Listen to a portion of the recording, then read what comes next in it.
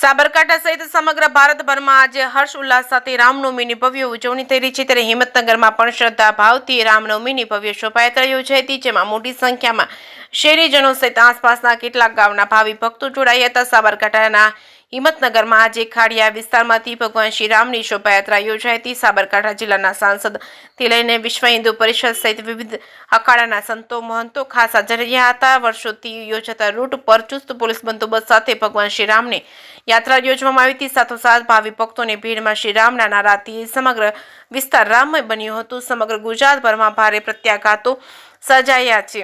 ત્યારે આજે શાંતિપૂર્ણ માહોલમાં રામનવમીની શોભાયાત્રા યોજવામાં આવી હતી। તેમજ સાબરકાંઠા જિલ્લાના સાંસદથી લઈને સામાજિક સંગઠનોએ પણ ભગવાન શ્રી રામની શોભાયાત્રામાં ભાગીદાર બન્યા હતા। આજના તબક્કે રામનવમીની તમામ શુભેચ્છા પાઠવી હતી। જે કેસરી ગુજરાતી સાથે અશોક નાઈ, સાબરકાંઠા।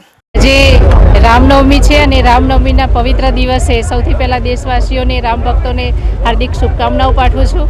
અહીંયા હિંમતનગરમાં રામજી મંદિરમાં વિશ્વ હિન્દુ પરિષદ દ્વારા જે ભવ્ય આયોજન અને ભવ્ય મહાઆરતીનું આયોજન થઈ રહ્યું છે, સૌ રામ ભક્તો એમાં જોડાયા છે। જો વિશ્વ હિન્દુ પરિષદના જે આયોજન કર્યું છે એમને હું ખૂબ ખૂબ વંદન કરું છું। અને આ રીતે દેશમાં સનાતન ધર્મની જે ઉજાગર કરવા માટેની જે પ્રવૃત્તિઓ છે એના થકી યુવાધન અને વયોવૃદ્ધ સૌ મહિલાઓ પણ એમાં ઉપસ્થિત રહી અને એક સનાતન ધર્મનો સારો મેસેજ દેશમાં જાય એ રીતની આ પ્રવૃત્તિઓ છે।